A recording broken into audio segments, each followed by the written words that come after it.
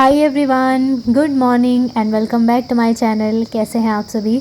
I hope आप सब लोग बहुत अच्छे होंगे। तो एक बार फिर से आप सभी का मेरे न्यू व्लॉग में बहुत बहुत स्वागत है। अभी हो रहा है मॉर्निंग का टाइम। मैं 5:30 बजे उठ गई थी, लेकिन अभी बाहर हल्का सा उजाला हो गया है। टाइम ये कोई 6 या 6:30 होने वाले होंगे, इतना हो गया था।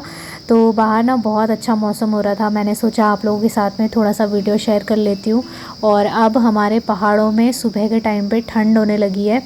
आज से हस्बैंड का रूटीन भी चेंज हो गया था। ये जो वीडियो आप देख रहे हो ना, ये नवरात्रे से एक दिन पहले का वीडियो है। तो जो है उनका स्कूल का टाइम अभी चेंज नहीं हुआ है, लेकिन एनजीओ का टाइम बिल्कुल चेंज हो चुका है। तो अब हम 5 बजे उठ जाते हैं और 5:15 या 20 तक जो है ये एनजीओ चले जाते हैं। तो उठ के इनके लिए चाय पानी बनानी होती है। नाश्ता तो खैर ये आके ही करते हैं, पर ये है कि रूटीन में ख़ास बदलाव नहीं हुआ है। कभी कभार ऐसा होता था कि नींद नहीं खुलती थी तो सो जाती थी, 6 बजे तक सोई रहती थी, लेकिन अब ऐसा कुछ नहीं है। उठना है तो उठना ही है 5 बजे।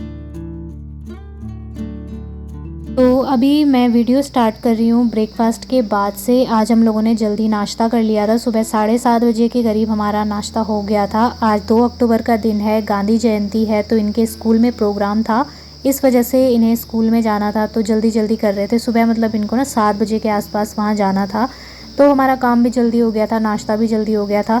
नाश्ता बनाने के चक्कर में ना फिर मैंने ये अभी बेडरूम वगैरह समेटा नहीं था और साफ़ सफाई भी नहीं की थी। तो मैंने सोचा आराम आराम से कर लूँगी, एक बार ही अपने स्कूल चले जाएंगे तभी करूँगी। तो होता है ना, मतलब घर में जो रहते हैं उन्हें ये रहता है कि पहले जो स्कूल जाने वाले हैं, ऑफिस जाने वाले हैं, तो वो जल्दी पहले अपने काम पे चले जाए, उसके बाद हम सुकून से काम कर सके, आराम से कर सके। तो इसी तरीके से जो है अभी मैंने अपना काम धीरे धीरे करना स्टार्ट कर दिया है। और कल के वीडियो में मुझे एक कमेंट भी आया था कि दी, अगर आप अपने रूम का मेकओवर करोगे तो सोफ़े को जो है खिसका देना, मतलब दूसरी जगह रख देना। तो मैं भी ना बहुत बहुत ज़्यादा सोचती हूँ। जब से मतलब ये सोफ़ा इस कमरे में आया है, मैं यही सोचती थी कि यहाँ पे क्यों रखा हुआ है। मतलब उस टाइम में ना शादी का टाइम था, मेहमान आए हुए थे इनके यहाँ पे बहुत सारे, तो उन्होंने यहीं पे इस वाले रूम में ही रख दिया। इस रूम में ज़्यादा लोग नहीं थे, तो जहाँ पे खाली उनको करना था वहाँ का सामान उन्होंने अलग अलग जगह भर दिया। इससे पिछले वीडियो जो मेरे देखते आए हैं, जिन्होंने मेरे पुराने व्लॉग देखे हैं, उनको पता होगा कि पहले ये वाला रूम, जहाँ पर मतलब किचन के बाहर वाला रूम भी कितना ज़्यादा भरा भरा सा था। फिर बाद में मैंने वहाँ का सामान हटाया था, शिफ्ट किया था। वो अलमीरा थी एक बड़ी सी, और वहाँ का सामान हटा के फिर मैंने उस रूम का मेकओवर किया था आप लोगों के साथ शेयर। मैं ना इनसे कह भी रही थी कि जो ये सोफ़ा हमने रूम में रखा हुआ है, इसको हम बाहर कहीं हटा देते हैं, मतलब कहीं रख देते हैं। तो ये कह रहे थे कि हटाने को तो हटाते, लेकिन जब हमने ये रखवाया था उस टाइम पर 4-5 पेंटर लोग थे। बड़ी मुश्किल से ये सोफ़ा उन्होंने वहाँ अंदर रखा था। अब ऐसे में 2 लोग इसे नहीं हटा सकते हैं, और अगर हटाएं भी तो कहाँ पे रखें। ये देखिए, ये मंदिर वाला रूम है, यहाँ पे ऑलरेडी ये एक बेड है और एक चारपाई लगी हुई है, तो यहाँ पे भी वो सोफ़ा नहीं रखा जा सकता है। और इसके बाहर वाले रूम में भी हमने एक अलमीरा रखी है, टेबल रखे हुए हैं, चेयर वगैरह सब रखी हुई है, तो वहाँ पे भी नहीं है। और बाहर वाले रूम में मैं सोच रही थी कि बाहर वाले रूम में शिफ्ट करवा देते हैं। अभी देखते हैं क्या होता है क्या नहीं। अभी तो खैर मैं कुछ कह नहीं सकती हूँ। तो ये जो मंदिर वाला रूम है ना, यहाँ पे मैंने एक बार सुबह झाड़ू पोछा लगा लिया था, क्योंकि हस्बैंड सुबह जल्दी आ गए थे, मंदिर भी चले गए थे, तो उन्होंने यहाँ पे दिया बत्ती करना था। इस वजह से उन्होंने मुझसे बोला कि पहले यहाँ पे लगा देना झाड़ू पोछा। लेकिन फिर से ये था कि मैंने दोबारा से ना डिटॉल वगैरह डाल के अच्छे से साफ़ करना था, तो मैंने कहा चलो इस वाले रूम में दोबारा से लगा लेती हूँ। तो खैर अभी धूप भी निकल चुकी है, हल्की हल्की सी धूप निकली हुई है। इसके बाद ना बहुत तेज़ धूप लग जाती है। अभी सुबह के टाइम पे तो हल्की ही रहती है, लेकिन बाद में बहुत तेज़ होने लगती है। और मुझे एक और कमेंट आया था, परसों के वीडियो में आया था शायद, तो वो मुझसे पूछ रहे थे कि दी, आप वीडियो कैसे बनाते हो, आपकी हेल्प कौन करता है, और आप साउंड रिकॉर्ड किस में करते हो। तो वीडियो बनाते टाइम क्या होता है ना, एक ट्राईपॉड मैं रखती हूँ अपने पास। ट्राईपॉड पे ही मैं फ़ोन लगा के, कैमरा नहीं है मेरे पास, फ़ोन लगा के मैं वीडियो शूट करती हूँ और ख़ुद ही करती हूँ। हेल्प कौन कर सकता है, मतलब घर में तो कोई है ही नहीं, और होता भी तो मतलब कौन करता है, अपना काम तो खुद ही करना पड़ता है। जहाँ पे भी जो भी शूट करना है, छोटी छोटी चीज़ें कई बार एडिट करनी पड़ती है ना, तो वहाँ पर खुद से ही करना पड़ता है। तो सारी चीज़ें मैं कैमरा ट्राईपॉड इधर उधर ले जाके खुद ही कर लेती हूँ। और साउंड रिकॉर्डिंग की अगर मैं बात करूँ तो ये भी मैं खुद मतलब फ़ोन में डायरेक्टली बोल के कर लेती हूँ। बस ये है कि जहाँ पे ज़्यादा नॉइज़ होता है वहाँ पे नहीं रहना है। बाहर की आवाज़ अगर आ रही है, खिड़की दरवाजे बंद करके, फ़ैन वगैरह ऑफ़ करके, फिर आप अपने बुलंद आवाज़ में जितनी ज़ोर से रिकॉर्डिंग करना चाहते हो कर सकते हो। एकदम क्लियर वॉइस आ जाती है। अभी हाल फ़िलहाल में मुझे तो नहीं लगा कि मुझे माइक की ज़रूरत है, बट मैं ऐसे ही करती हूँ वीडियो रिकॉर्डिंग। तो उसके बाद यहाँ पे देखिए फ्रेंड्स मेरे साथ क्या हुआ। एक्चुअल में ना ये पोछा मैं जो लेके आई थी, मतलब ये जो मॉप है, इसकी रिंग निकल गई थी। मुझे पता नहीं चला इसकी रिंग निकल गई। मैं जैसे ही पोछा लगाने लगी वैसे ही ये पूरा जो है डंडा उखड़ के मेरे हाथ में आ गया। तो फिर मैं इसे दोबारा अंदर लेके गई। जब काम कर रहे होते हैं ना, खासकर ऐसे धूप में अगर काम कर रहे हैं, ऐसे टाइम पे अगर कुछ भी थोड़ा बहुत भी हो जाता है तो इतना चिड़चिड़ापन महसूस होता है ना, इतना गुस्सा आता है कि मैं क्या बताऊँ। मतलब आज ही ऐसा हुआ है। कभी कभी ऐसा होता है कि मुझे थोड़ा सा लेट हो जाता है, वरना मैं धूप निकलने से पहले ही ज़्यादातर काम निपटाने की कोशिश करती हूँ। खैर कितनी कोशिश कर लो फिर भी होते होते ना बाहर आते आते इतना हो ही जाता है। अब एक बार मैं पहले बाहर का लगाऊं फिर अंदर जाऊं, ठीक नहीं लगता है ना। अंदर से एक बार साफ़ कर लिया, उसके बाद ही बाहर का किया, तब अच्छा लगता है। तो जैसा कि मैं बोलती हूँ, हमारे यहाँ पर धूप बहुत जल्दी आ जाती है। 7 बजते ही धूप निकल आती है, इतनी तेज़। उसके बाद जो है बाहर का काम निपटा लिया था। अब मैं अंदर आ गई हूँ, तो बाथरूम में थोड़ा बहुत क्लीनिंग कर लूँगी। हार्पिक वगैरह मैंने डाला था और ऐसे ही मतलब फ़र्श पे डाल देती हूँ हार्पिक वगैरह, तो उससे हो जाता है साफ़ अच्छे से। अभी रेड वाला हार्पिक ख़त्म हो गया है, नहीं तो मैं उसे ही डाल देती। बट ये जो ब्लू वाला है ना, इससे भी दाग पीलापन पूरा दूर हो जाता है, साफ़ हो जाता है मार्बल। तो जिस दिन मुझे बाल धो के नहाना होता है ना, पूरे बालों को धोना होता है, उस दिन मैं बाथरूम वगैरह की क्लीनिंग करती हूँ। और अगर नहीं धुलना है बालों को तो सिंपल बाहर की झाड़ू पोछा वगैरह इतना ही होता है। तो उसके बाद मैं अंदर आ गई थी नहा के। नहाने के बाद जो है मुझे आज अपने बालों में कंडीशनर भी करना है। तो कंडीशनर करने के लिए ना सबसे पहले तो मैं अपने गीले बालों को, शैम्पू मैंने अच्छे से कर लिया था, उसके बाद अपने गीले बालों को सुखा लिया है। और मैं इसी तरीके से कंडीशनर करती हूँ, एकदम सुखा के बालों को से बिल्कुल भी पानी नहीं निकलना चाहिए। उसके बाद ही कंडीशनर अप्लाई करती हूँ। तो ट्रेसमे का कंडीशनर है, इससे पहले भी मैंने इसका रिव्यू शेयर किया था आप लोगों के साथ में। जो लोग पुराने होंगे मेरे व्यूअर उन्हें पता होगा। तो यहाँ पे ना मैं फिर कंडीशनर लगाने के बाद जूड़ा बना लेती हूँ बालों का, और फिर बालों को नीचे की साइड करके और तब बालों को धुलती हूँ। तो उससे ना छींटे वगैरह नहीं पड़ते हैं। और नहाने के बाद भी अगर आप अपने हेयर वॉश करना चाहते हो, जैसे हम लोग कई बार करते भी हैं, तो वैसे हो सकता है। और बस यहाँ पर मैं अभी बैठकर आराम से ये कंडीशनर अप्लाई करूँगी। तो एक एक बाल, मतलब एक एक करके अगर आप इस तरीके से कंडीशनर अप्लाई करोगे ना, तो बहुत ज़्यादा सॉफ्ट हो जाते हैं आपके बाल।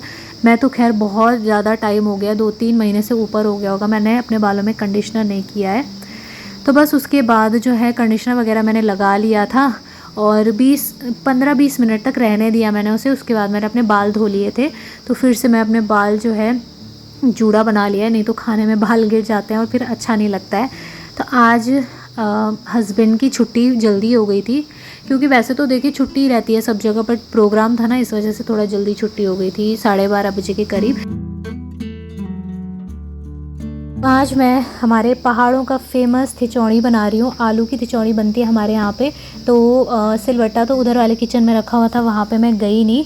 मैंने यहीं पर ये जो चकला है इसी के ऊपर आलू को अच्छे से कूट कर एकदम बारीक बारीक कर लिया था।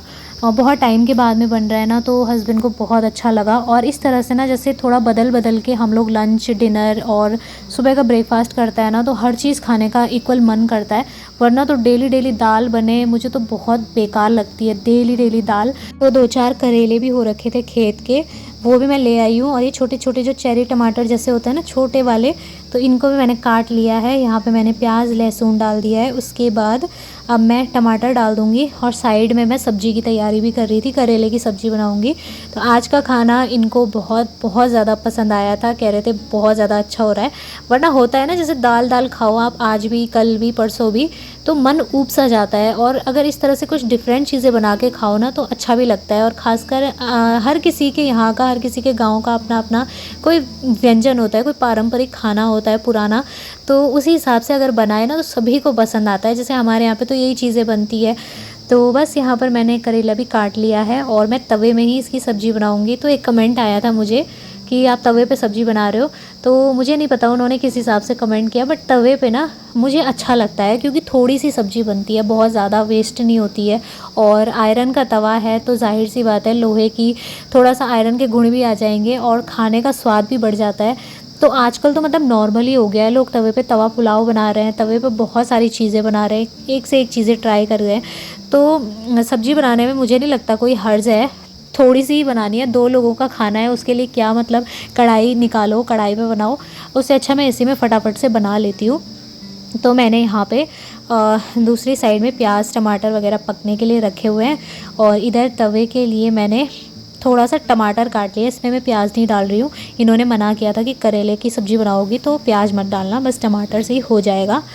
और इस बार नवरात्रे आने वाले हैं तो मैं व्रत नहीं ले सकती हूँ, वरना आप लोगों ने देखा होगा मैं माता की चौकी सजाती थी पहले, लेकिन इस बार इसलिए नहीं ले सकती क्योंकि हमारे यहाँ पे ना जैसे प्रेगनेंसी में 6 मंथ लग जाता है, 6 क्या मतलब 5th मंथ से ही मंदिर में पूजा करने के लिए मना हो जाता है कि अगर 6 मंथ लग चुका है तो मंदिर में जाना फिर अलाउड नहीं होता है, हम पूजा भी नहीं कर सकते हैं। तो फिर व्रत भी मैं नहीं ले सकती हूँ इस टाइम पर। मतलब सबके यहाँ होता होगा ये सारी चीज़ें, मुझे नहीं पता, लेकिन हमारे पहाड़ों में हम लोग बहुत ज़्यादा मानते हैं। और मंदिरों में अब मैं मंदिर भी नहीं जा सकती हूँ, और अपने घर के मंदिर में भी मैं पूजा पाठ वगैरह कुछ नहीं कर सकती हूँ। तो इस वजह से इस बार जो है नवरात्रों की सिंपल सी पूजा होगी और हस्बैंड ही करेंगे, वरना तो मैं माता की चौकी लगा के बहुत अच्छे से दरबार सजा के मुझे बहुत अच्छा लगता था। पर खैर कोई बात नहीं, अगर माता रानी ने सब ठीक ठाक किया तो अगले साल मैं फिर से माता की चौकी लगाऊंगी और कन्या पूजन वगैरह सब होगा। तो यहाँ पे मैंने करेले की सब्ज़ी रख दी है ढक के, और आलू भी डाल दिए थे इधर पकने के लिए। तो इसको ना आलूओं को अच्छे से पकाना होता है, जब ये पक जाता है तभी इसकी जो ग्रेवी है वो थिक बनती है पानी डालने के बाद में। तो ये इस तरह से मैं मैश कर लूँगी, और लोहे की कढ़ाई में ही ये ज़्यादा टेस्टी होता है।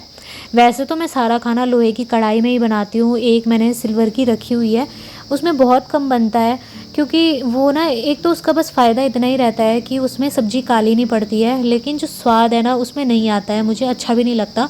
और जब से खैर ये पता चला है कि सिल्वर की कढ़ाई में खाना अनहेल्दी होता है, तब से मैंने बहुत कम कर दिया है उसका खाना। और नॉन स्टिक बर्तन तो आपको मेरे यहाँ पे मिलेंगे ही नहीं, मैं नॉन स्टिक बर्तनों का ज़्यादा इस्तेमाल करती ही नहीं हूँ, ज़्यादा क्या मतलब है ही नहीं यहाँ पे। तो बस यहाँ पर मैंने पानी डाल दिया है इसमें, और अपनी वही आदत साफ़ सफाई भी करते रहने की, साथ साथ मैं साफ़ सफाई भी कर रही हूँ। तो एक साइड से सब्जी, दूसरी साइड से साग बन गया है, अब बस चावल बनाने रह गए हैं, और इसी तरीके से मेरा काम ख़त्म हो जाएगा। एक मेरी बहुत बुरी आदत है कि मैं ना जब किचन में खड़ी रहती हूँ काम करती हूँ तो मैं 1000 बार हाथ धोती हूँ और 1000 बार हाथ साफ़ करती हूँ, पता नहीं कौन सी बीमारी है मुझ पे ये। तो चलिए फ्रेंड्स, आज के इस वीडियो को मैं यहीं पर एंड करती हूँ, मिलूंगी आप लोगों से बहुत ही जल्दी एक और अच्छे नए वीडियो के साथ। तब तक के लिए love you all, take care.